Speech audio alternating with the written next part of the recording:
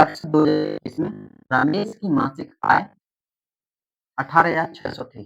रमेश की जो मासिक आय है वो 18,600 थी और उनका मासिक खर्च 12,400 था। साल 2022 में उनकी आय 15% और खर्च 8% बढ़ गया।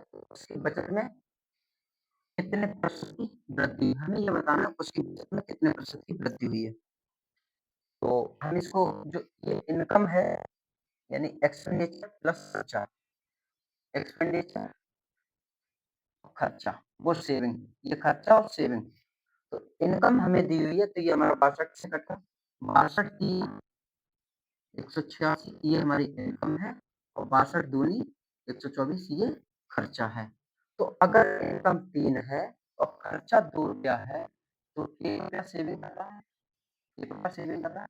अब यहाँ कह रहा है कि 15% आय में और खर्च में 8% यानी 8% तो खर्च में 8% खर्च में बढ़ जाता है। 8% खर्चा बढ़ जाता है, 15% आय में बढ़ जाता है। तो हमें क्या पूछा है कि बचत में कितने प्रतिशत की वृद्धि हुई है? हमें पूछा है सवाल में कि बचत में कितने प्रतिशत की वृद्धि हुई है? बचत में कितने प्रतिशत की वृद्धि हुई है? चलो हम इसको निकालते हैं। वही लगाएँगे सक्सेसिव होगा, सक्सेसिव लगा रहे हैं। तो आय यानी बचत और खर्चे में इनकम एक्सपेंडिचर प्लस सेविंग बराबर 15% की वृद्धि हो रही है। 15% की वृद्धि हो रही है। इनकम हमें सेविंग करनी तो इसमें कितने परसेंट की वृद्धि हुई? 15% की। 15% की। कितने परसेंट ज़्यादा है एक्सपेंडिचर से? 7% ज़्यादा थी। यानी कि 7% ज़्यादा थी। जब 7% ज़्यादा थी ये तो हम 2 का 7% इसी में 2 का इसको प्लस कर लेंगे। तो प्लस 2 का 7% हमें पूछा किससे है? हमें पूछना था बचत, सेविंग से। सेविंग 15% प्लस 7 दूनी 14%। कितना हो जाएगा? 29%। यानी कि जो उसके बचत में जो वृद्धि हुई है वो 29% की वृद्धि हुई है। 29% की वृद्धि हुई है। अगला सवाल। सक्सेसिव परसेंटेज लगाया और कुछ नहीं लगाया है। क्रमागत प्रतिशत परिवर्तन। सक्सेसिव परसेंटेज चेंज और कुछ नहीं लगाया इसमें। अगला सवाल। अगला सवाल है हमारा SSC selection post third phase 3 12th का है। चलो रीना की मासिक आय सेम सवाल है अभी जो हम तो करके आए हैं। रीना की मासिक आय 75,200 थी। उसका मासिक खर्च 22,500 है। अगले वर्ष उसकी आय में 25% की वृद्धि हो जाती है तो उसके व्यय में 14% की वृद्धि हुई। तो मासिक बचत में कितने प्रतिशत की वृद्धि हुई है? हमें ये पूछा है। हमें ये पूछा है कि मासिक व्यय में कितने परसेंट की वृद्धि हुई है। तो हमें यहाँ पर देखो आय हमारी कितनी है? इनकम यानी एक्सपेंडिचर सेविंग इनकम हमें दे ही रहे हैं। उसका मासिक खर्चा कितना है? 22,000। हम 2 जीरो से 2 जीरो यहाँ काट ले रहे हैं और वो वाले 2 जीरो ये वाले काट दिए। तो खर्चा उसका कितना है? 225। 225 ये खर्चा निकल के आया 225। अब जब इनकम अब सेविंग जब खर्चा उसका 225 है तो इस इनकम में से हम खर्चे को घटा देंगे। इनकम में से हम खर्चे को घटा देंगे तो हमारी सेविंग निकल के आ जाएगी। तो हम घटाते हैं यहाँ पर 225 7 7 2 कितना बचा? 12 7 ठीक है। यहाँ 2 और 5 यानी 527 हमारी सेविंग निकल के आ गई। यानी 527 को बचत निकल के आई है। 527। अब सवाल में आगे बढ़ो। सवाल में कह रहा था अगर आय में 25% की वृद्धि हो जाती है। आय में 25% की वृद्धि हो जाती है यानी एक्सपेंडिचर और प्लस सेविंग में 25% की वृद्धि हो जाती है। एक्सपेंडिचर प्लस सेविंग में 25% की अगर वृद्धि हो रही है, 25% की एक्सपेंडिचर प्लस सेविंग में 25% की वृद्धि हो रही है उसके व्यय में 14% की वृद्धि होती है। व्यय में यानी खर्चा में 14% की वृद्धि होती है, 14% की। तो हमें पूछा है उसकी बचत में कितने प्रतिशत की वृद्धि होगी? हमें इस सवाल में पूछा है उसकी बचत में कितने प्रतिशत की वृद्धि होगी? हमें पूछा है कि उसकी बचत में कितने परसेंट की वृद्धि होगी? तो कितना ज़्यादा है? 11, 225 का 11 कितना है यहाँ 25%, 25% प्लस प्लस 225 का 11%, 225 का 11% और हमें किसका निकालना है? सेविंग का। 225 का 11%, 11% का 11% बट्टे सेविंग। सेविंग का ही तो निकलवा रहा है बचत का 527। इसको हम थोड़ा ऊपर साइड कर दे रहे हैं, यहाँ से यहाँ कर ले रहे हैं, ठीक इसी सवाल को हम कर रहे हैं। 25% प्लस 11 पंजे 55, 11 दूनी 22, 22 5 27, 11 दूनी 22 और 2 24 बट्टे 527। तो हमें इसमें कह रहा था कि निकटतम पूर्णांक अब हमें देखना है, निकटतम पूर्णांक।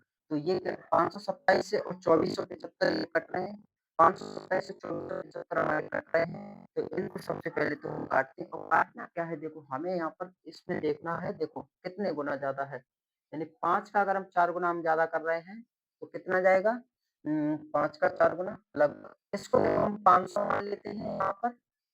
यहाँ आप इसको ऐसे करो देखो, हम यहाँ इस 475 को हटा दे रहे हैं और यहाँ से 27 को हम हटा दे रहे हैं। तो हम यहाँ मान लेते हैं अपना 25% एप्रोक्स में हम ले लेते हैं ना देखो, जिससे हमारा सवाल सरल हो जाए। 2000 बट्टे 500 ठीक है। तो ये कितने बार कटा? 4 बार कटा। 29 बार ये जब जा है तो हमें पता है कि हमारा जो आंसर आएगा वो 29% से ज़्यादा आएगा। तो 29% से ज़्यादा ऑप्शन हमारा सी है, यही हमारा ऑप्शन बिल्कुल सही हो जाएगा। 29.70%। समझ आ गया होगा यहाँ? अगला सवाल। अगला सवाल है हमारा, एक परीक्षा में बैठने वाले लड़कों और लड़कियों की संख्या, एक परीक्षा में बैठने वाले लड़के और लड़कियों की संख्या 9:7 है, 9:7 है। परीक्षा में पास करने वाले लड़कों और लड़कियों की संख्या 3:2 है। 60% लड़कियां परीक्षा में पास हुई, तो लड़कों का कितना प्रतिशत क्या, यानी कि लड़के कितने प्रतिशत परीक्षा में पास हुए हैं? हमें इसमें ये याद करना है कि लड़के कितने प्रतिशत परीक्षा में पास हुए हैं, हमें ये बताना था। चलो देखो इसमें हम बताते हैं। तो बॉयज और गर्ल्स एक परीक्षा में बैठते हैं।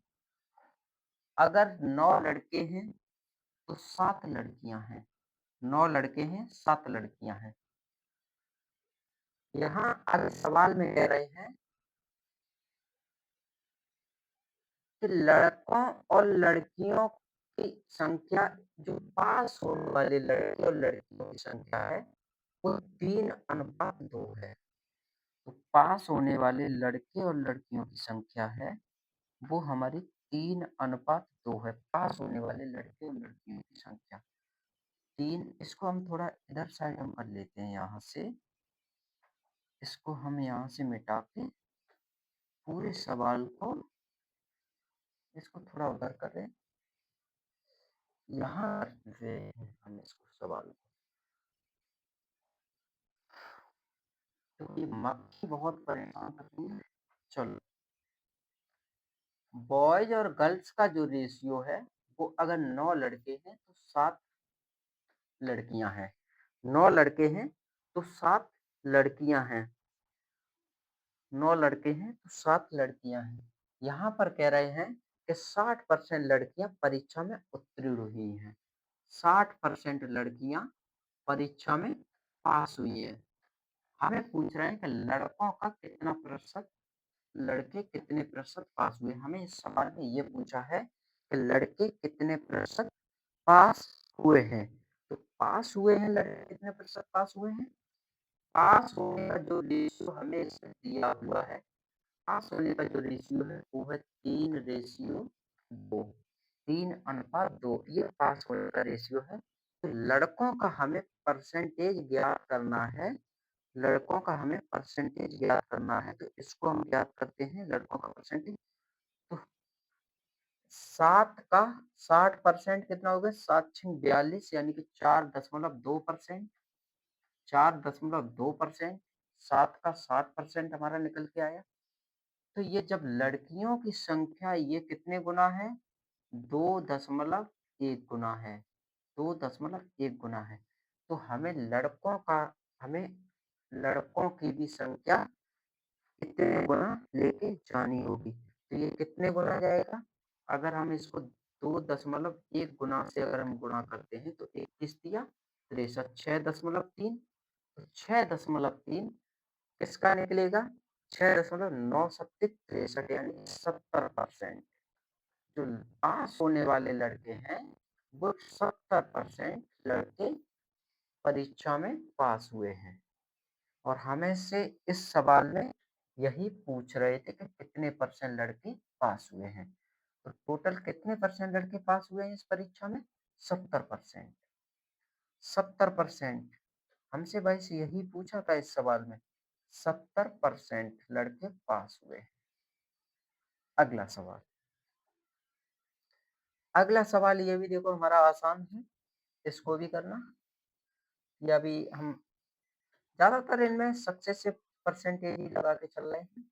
और रिवर्स देखो, डेविएशन, रिजर्व डेविएशन और सक्सेस, 3 मेथड से ये क्वेश्चन हम अभी चल रहे हैं।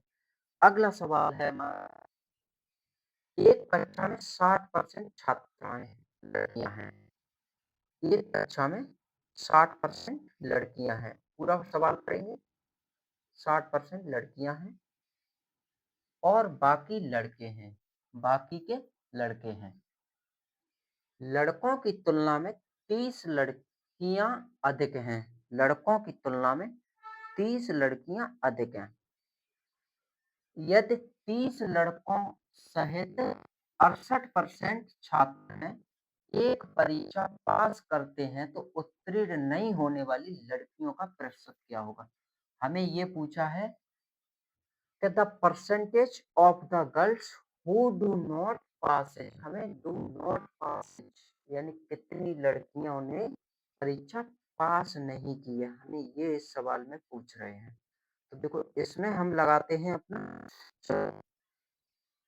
बॉयज और गर्ल्स, बॉयज और गर्ल्स, बॉयज गर्ल्स। बॉयज कितने हैं हमारे? 60 लड़कियां हैं, यानी 60% लड़कियां हैं तो 40% लड़के हैं। अगर 60% लड़कियां हैं तो 40% लड़के हैं। अब यह सवाल में कह रहा है तो ये रेशियो में ये बन गया 20 दूनी 40, 20 दिया 60, हमने रेशियो में चेंज कर लिया। यहाँ सवाल में आगे कह रहा है लड़कों की तुलना में 30 अधिक लड़कियां हैं, लड़कों की तुलना में 30 अधिक लड़कियां हैं। लड़कियां कितनी ज्यादा हैं? एक, एक लड़की ज्यादा है। एक की वैल्यू कितनी दे रहा है? 30, एक की वैल्यू 30 लड़के अधिक दे रहे हैं। वो लड़कों की तुलना में 30 लड़कियां अधिक दी हैं। यदि 30 लड़कों से 68% छात्र हैं, यदि 30 लड़कों से 68% छात्र हैं तो हमसे पूछा है कि एक परीक्षा में पास करते हैं तो उत्तीर्ण नहीं होने वाली लड़कियों की संख्या पूछिए। तो अगर देखो एक की तुलना 30 है तो 3 की तुलना कितनी हो जाएगी? 90, 90 और 2 की 60, 2 की 60, 60। अब हमें सवाल को देखना है। अब हमसे जो सवाल कह रहा है वो कह रहा है 68% अगर लड़के हैं, 68% अगर लड़के हैं तो हमसे साफ साफ कह रहा है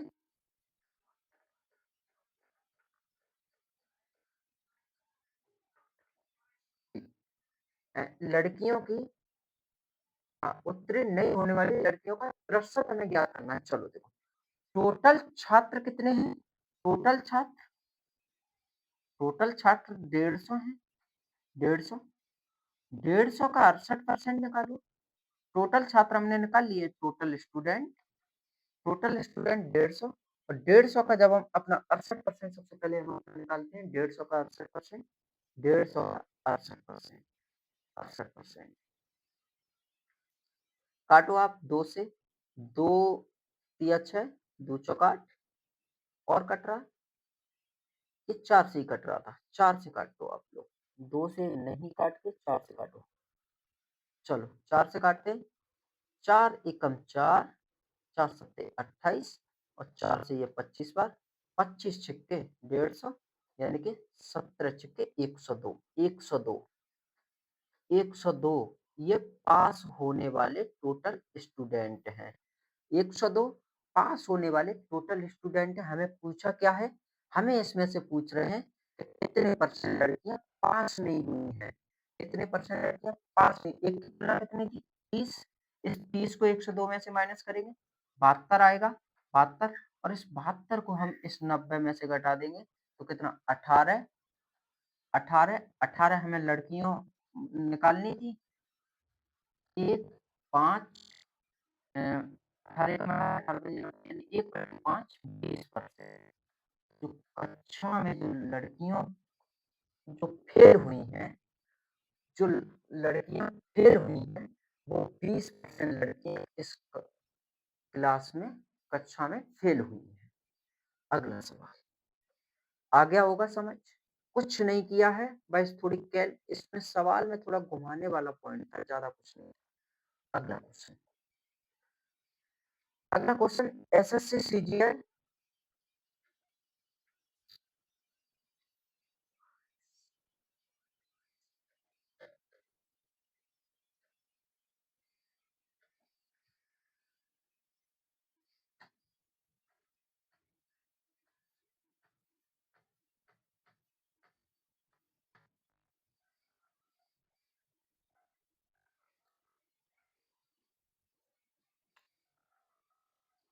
अगला सवाल एसएससी सीजीएल 2024 करंट का ये सवाल है, इसको निकालते हैं।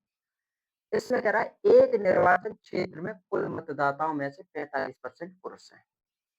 एक निर्वाचन क्षेत्र है, उसमें से कुल मतदाताओं में से 45% पुरुष हैं, 45% पुरुष हैं। अगर देखो मेल 45% हैं, अगर मेल 45% हैं तो फीमेल कितनी? अरे भाई, एक मिनट थोड़ा मिस्टेक हो रहा है। हाँ, इसको हम यहाँ से हटा देते हैं।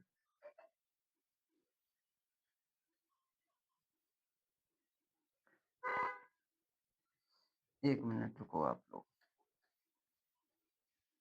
चलो अब सही है। अगर मेल हमारे 45% हैं, 45%, तो फीमेल कितनी है? 55%, क्योंकि अपने आप में 100% होने चाहिए। 60% पुरुष निर 60% पुरुष निरक्षर और 60% महिलाएं साक्षर हैं। यानी कि 60% पुरुष हैं वो निरक्षर हैं और 60% महिलाएं साक्षर हैं। तो 60% 40%, 45 का 40%, 55 का 40%, क्योंकि ये साक्षर और निरक्षर हैं। तो महिलाओं की संख्या साक्षर पुरुषों की तुलना में कितने प्रतिशत अधिक है? हमें ये बताना है कि महिलाओं की संख्या साक्षर पुरुषों की तुलना में कितने अधिक है। तो देखो हमें ये दिख रहा है यहाँ पर कि 40 से ये 40 कट गए और 5 निम 45, 11 बार ये कटा, 2, 2, 2 ज्यादा है। कौन ज्यादा है? हमें किससे तुलना करानी है? यानी कि महिलाओं की संख्या साक्षर पुरुषों की तुलना में, हमें पुरुषों से तुलना करानी है, पुरुषों से। तो 1/9 हमें पता है, 1/9 हमारा 11.11% होता है। तो 2/9 उसका 2 गुना हो जाएगा 5.22%। तो इस सवाल का आंसर 22.22%